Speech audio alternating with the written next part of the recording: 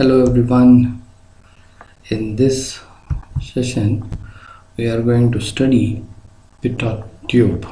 Again, the name comes because of the person behind inventing this simple equipment, which is known as pitot tube.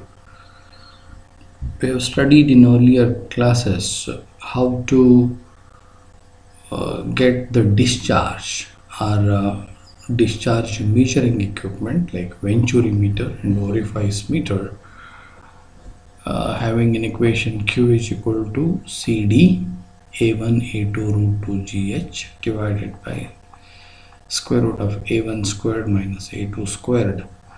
And we have solved a good number of problems also. There directly the discharge was being calculated. Sometimes only the velocity is required.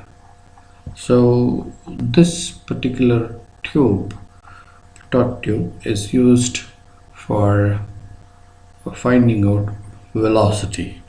Of course, the concept is simple, but application is huge. Because of that, I have solved a good number of problems in this session.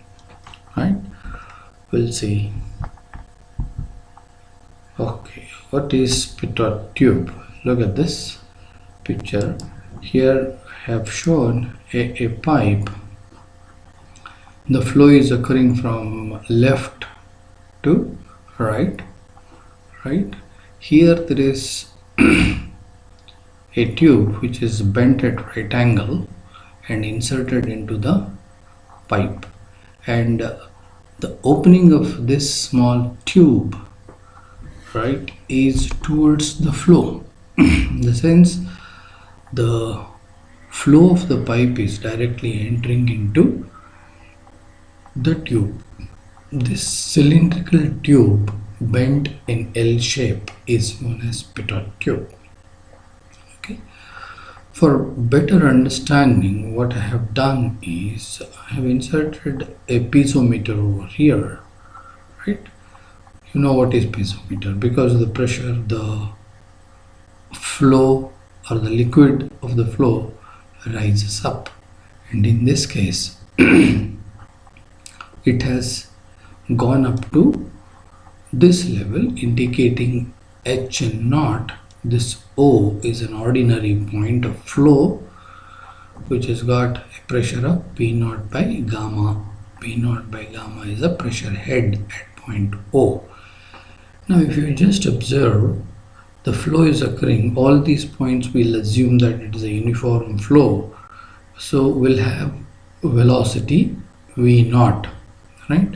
But as it comes nearer to this entrance point, in the beginning, the molecules of water or liquid will be going, and then it will rise a little bit, and then it stops, right? Depending upon the velocity of the flow.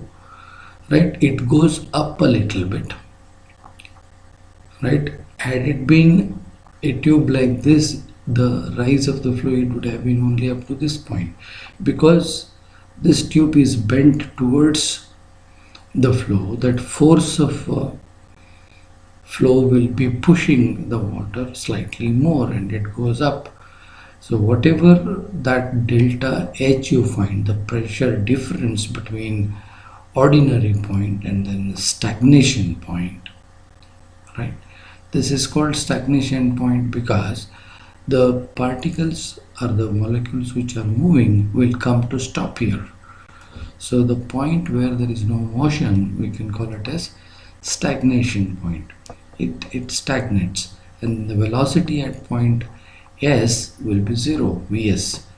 This velocity is ordinary velocity, V naught. If we are able to find out V naught, sorry, that is what is the required thing, right? So if I try to see what is head here, Ps by gamma. Okay, now we'll apply. Yeah, that liquid is continuously flowing with a velocity V naught. Now applying Bernoulli's principle at point O and S. S is stagnation point, O is ordinary point. So Bernoulli's equation P by gamma, Ps by gamma, right? And velocity is 0, v squared by 2z, and Zs, the potential head, is equal to P naught by gamma plus Z naught plus V naught squared by 2z. Here, because these 2 points are at the same level, Z naught equal to Z, they cancel off, and V naught squared by 2z is given by Ps minus P naught by gamma, and Ps by gamma, P naught by gamma, difference in head is nothing but this delta H. So that is delta H, which is nothing but velocity head at ordinary point. Now V naught, if we calculate, it will be V naught equal to root 2 G multiplied by delta H. Delta H is nothing but pressure head difference, or 2G into bracket Ps minus P naught by gamma. Only Ps by P naught is nothing but pressure difference, but what you want here is pressure head. So Ps minus P naught divided by gamma. Gamma is the unit weight of liquid that is flowing into the pipe. Okay. Now the definition of pitot tube, if you want to tell, pitot tube is a device to measure velocity of the flow. Simple. It is based on relationship between the stagnation pressure Ps and the static pressure, that is P naught, right? V naught is equal to the same velocity equation, but with a correction factor, root 2g delta H. This is generally 0.98 to 1, because hardly there are any losses, but because of entry loss, etc., there will be slight difference, but almost all the time it will be taken as 1 coefficient of pitot tube C, right? Here there is slightly a different arrangement, because in this case you need to have two tubes, one at ordinary point, which will be rising the liquid to P naught by gamma, and one pitot tube itself, which will be rising the liquid Ps by gamma, and the difference we have to see, and then it is delta H. But in this pitot-static tube, the arrangement is so done that difference will be measured or observed at one point only. Here there is a opening given, the liquid will rise here, and here there are side openings also given. Not that the velocity will be affecting here, right? Because of that, what the liquid enters and then rises up. The difference between these two levels will be nothing but delta H, right? Of course, locations and then dimensions are notified here, right? If D is the diameter of the hole at this point, look at this side openings, right?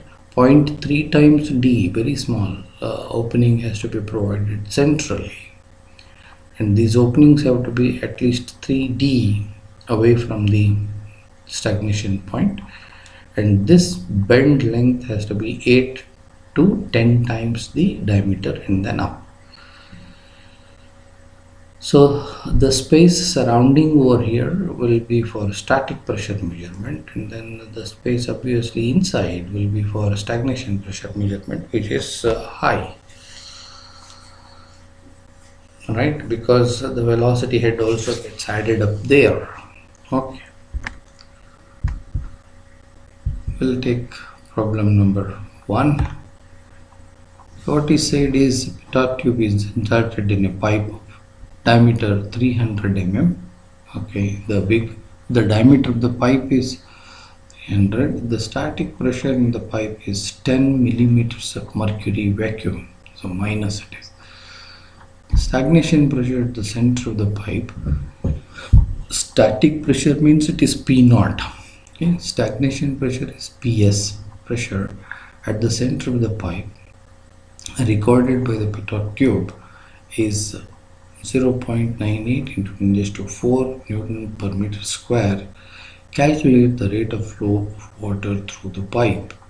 If the mean velocity is 0.85 times the central velocity, take CV equal to 0.98. Here I would like to mention something. Suppose this is pipe, right? Pipe. Now flow will be occurring everywhere here. Fine. Now because of viscosity, the velocity nearer to the pipe boundary will be less, and at the center it will be more, and velocity distribution, if you look at it, will be like this. Means nearer to the boundary the velocities are less. When you come to the center, the velocity becomes maximum, and then again it reduces and it becomes like this. So velocity distribution is parabolic actually. Okay, here they have given velocity of flow is 0.85 times the central velocity, mean velocity. Now if we want average velocity, we average our mean velocity. It is said that it is 0.85 times, means 85%, 0.85 times central velocity, this velocity v, and we are going to insert a tube like that, pitot tube. Obviously the velocity that will be felt will be here. Means by analyzing pitot tube, whatever velocity that we get would be this velocity, which has to be multiplied by 0.85 to get average velocity.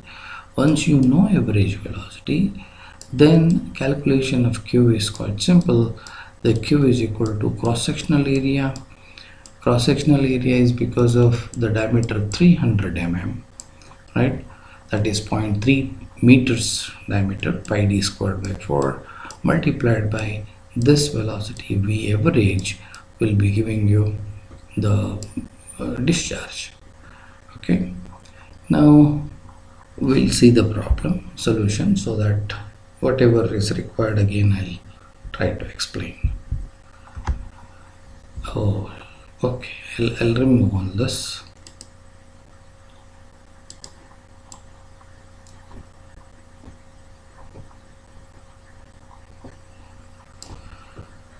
So pitot tube, it is given, and it is given that it is in water. The water flows through the pipe because you need gamma.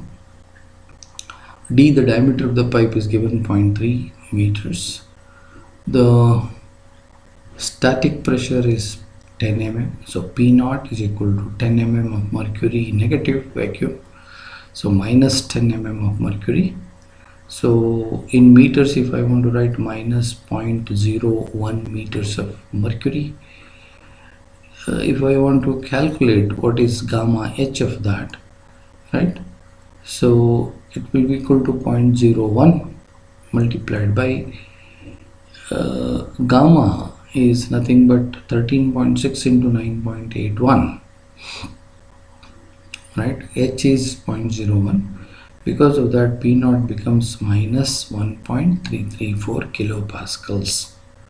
It's minus.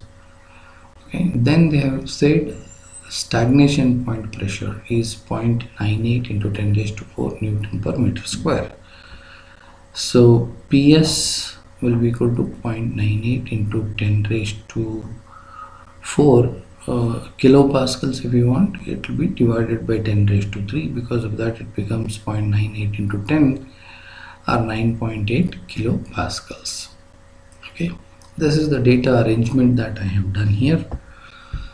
Now delta H, because equation to be used, you know that V actual will be equal to CV, that is coefficient of pitot tube, multiplied by root 2G PS minus P naught by gamma. This equation already we have learned in the earlier session. That is what I am going to use. So for this, what you need is this PS minus P naught by gamma. I'll calculate. That is called as delta H. So 9.81 we have worked out. minus sign is there, minus sign. The pressure itself is negative, that's why minus.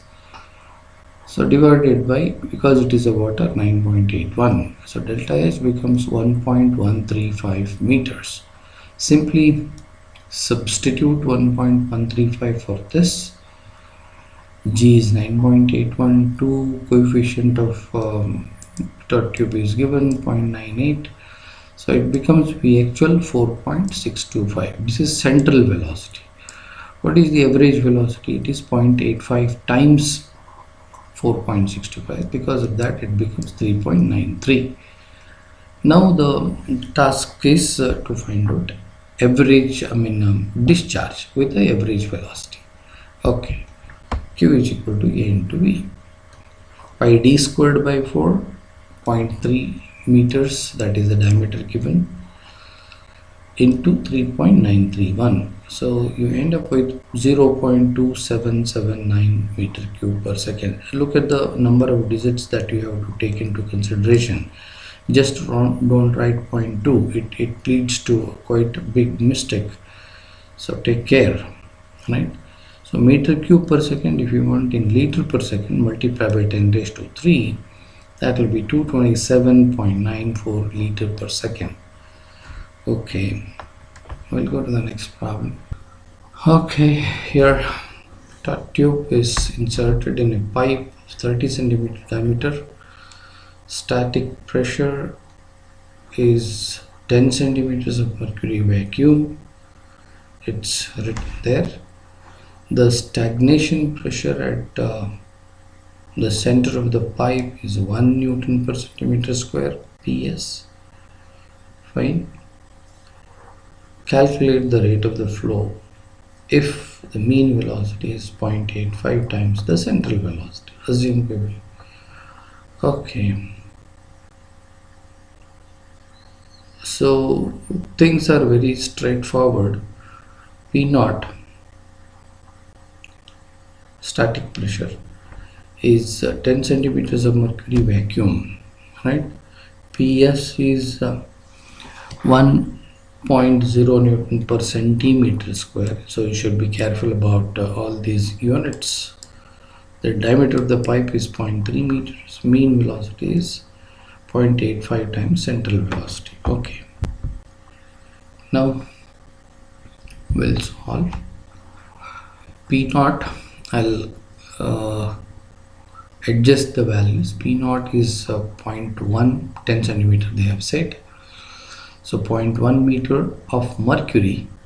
So 13.6 into 9810, that is gamma H. This is gamma, right? So this becomes minus 13341.6 Newton per meter square. This is P naught.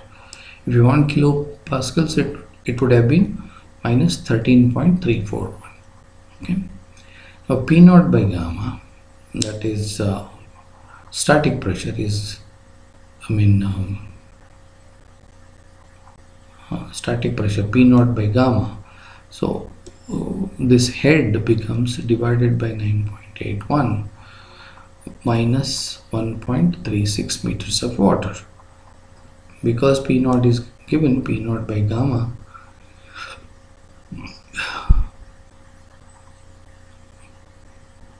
minus 1.36 meters. Now PS, stagnation pressure, is directly given 1 Newton per centimeter square. 1 Newton, this centimeter has to be divided by 100. Because of that, it comes in the numerator. 100 into 100 is 10 raised to 4. So it becomes Newton per meter square. Now 10 raised to 4 Newton per meter square is PS. Now if you want PS by gamma, so here I have directly written this as PS by gamma. Gamma is 9810 Newton per meter cube. This unit is Newton per meter square. Because of that, it reduces meters of water. So 1.0194 meters of water, that is PS by gamma. Now next is that equation, V naught equal to C root 2G PS minus P naught by gamma. I'll substitute everything. It's given 0.98 there.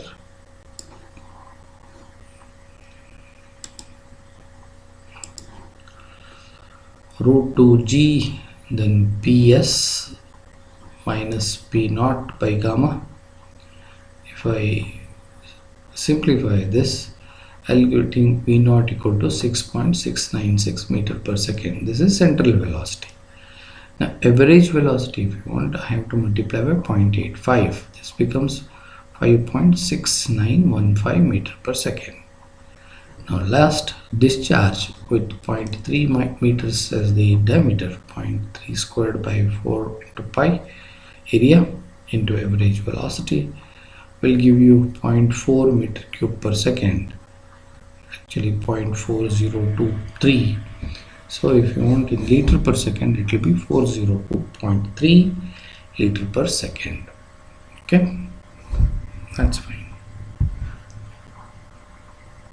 Okay, a pitot tube is mounted on an airplane to indicate the speed of the plane relative to the prevailing wind speed. Means the plane is moving. Okay, let's say the plane is moving like that. Okay,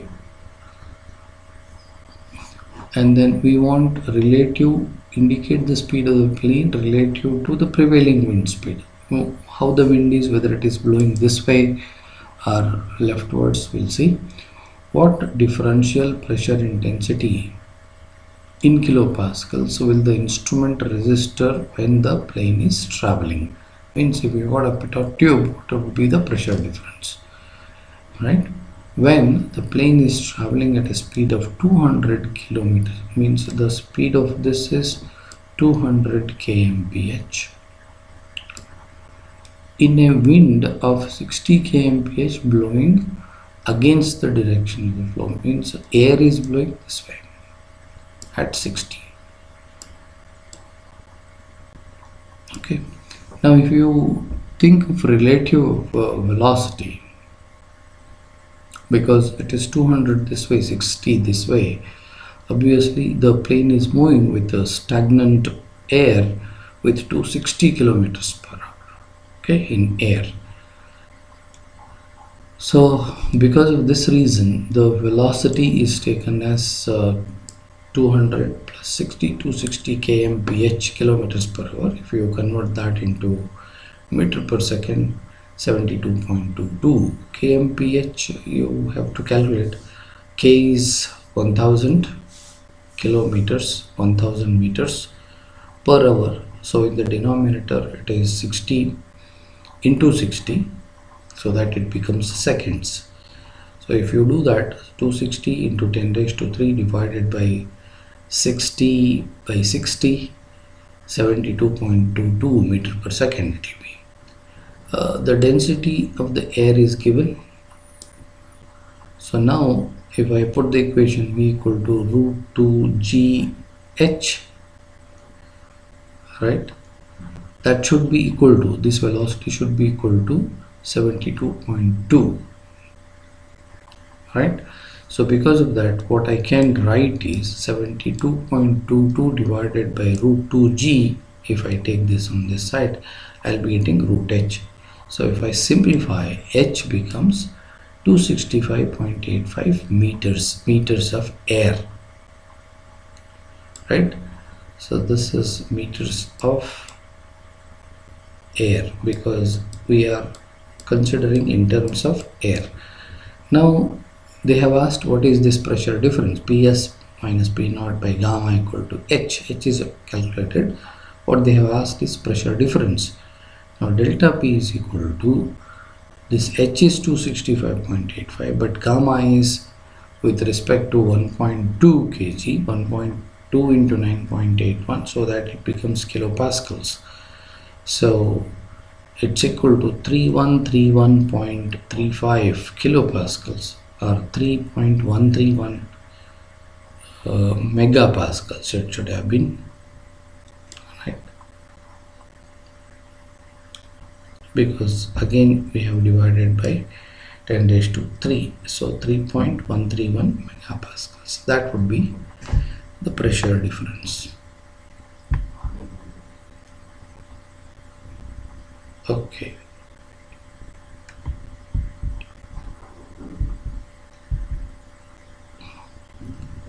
A pitot-static tube having coefficient as 0.98 used to measure velocity of water.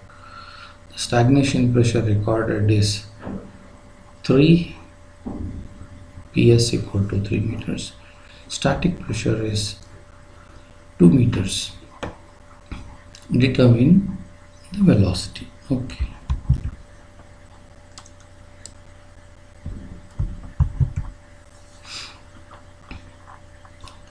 So here pitot-static tube CV is equal to 0.98, PS is 3 meters, P0 is 2 meters.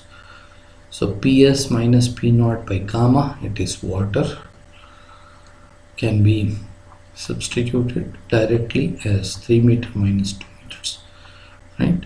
CV root 2G, then this is directly head given, that's why 3 meter minus 2 meters.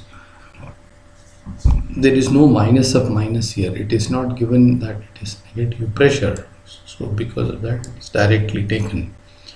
So the velocity becomes 4.341 meter per second. Very simple, straightforward problem. Thank you. I'll stop here.